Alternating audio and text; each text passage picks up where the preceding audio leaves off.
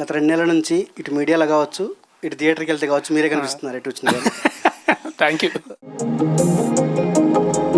ఉత్సాహంగా ఉల్లాసంగా చదువు సాగాలి, గొప్ప గొప్ప ఉద్యోగాలు సాధించాలి.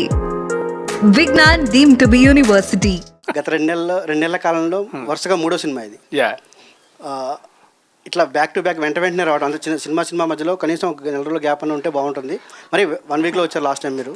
యా, అంటే అది అలా ప్లాన్ చేయలేదు, అలా కుదిరింది అంతే, అది జరిగిపోయింది అది. అంటే యాక్చువల్లీ తిరగబడరా స్వామి అని సినిమా యాక్చువల్లీ ఇంతకు ముందే రిలీజ్ అవ్వాలండి. బట్ ఎలక్షన్స్ ఇవి అవి ఉండడం వల్ల ఏంటంటే కొంచెం ఆగి వద్దాం ఉండడం వల్ల ఆ పురుషోత్తముడు అయితే అదే డేట్కి వద్దాం అనుకున్నాం అండి. కరెక్ట్గా అదే ఫిక్స్ అని వీళ్ళు కూడా ఈ డేట్కి వద్దామని ఫిక్స్ అవ్వడం వల్ల అలా జరిగింది తప్ప అది అలా చేద్దామని ప్లాన్ చేసాం కదా, జరిగిపోయింది అంతే. అది 1 అవర్ నుంచి మిమ్మల్ని అబ్జర్వ్ చేస్తే అర్థమైంది ఏంటంటే కాంట్రవర్సీ నుంచి పూర్తిగా బయటకు వచ్చినట్లు అనిపిస్తున్నారు.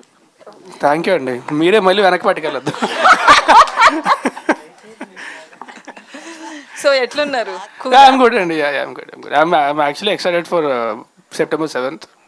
సినిమా చాలా బాగా వచ్చింది. So I'm really excited. And like I told you guys before, నేను నా జీవితంలో one of biggest regrets was I'm not able to promote my last 2 films properly. So ఈసారి అది జరగదు ఖచ్చితంగా. ఐ విల్, ఎందుకంటే ఈ సినిమా కూడా చాలా మంచి సినిమా అండ్ అందరికీ చాలా నచ్చుతుంది. So I will be there for all the promotions. I will always be there.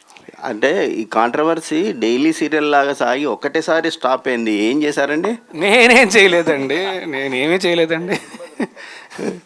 నేను నా పని నేను చేసుకుంటున్నాను. డైరెక్టర్ గారు, ఇప్పుడు శారీ డ్రేపింగ్ అనేది చాలా కొత్త పాయింట్, అంటే ఎవరు టచ్ అండ్ పాయింట్. సో ఇట్లాంటిది ఒక పాయింట్ తీసుకొని సినిమా చేస్తామనేది కూడా ఒక గమ్మత్ అనే విషయం కనిపిస్తుంది.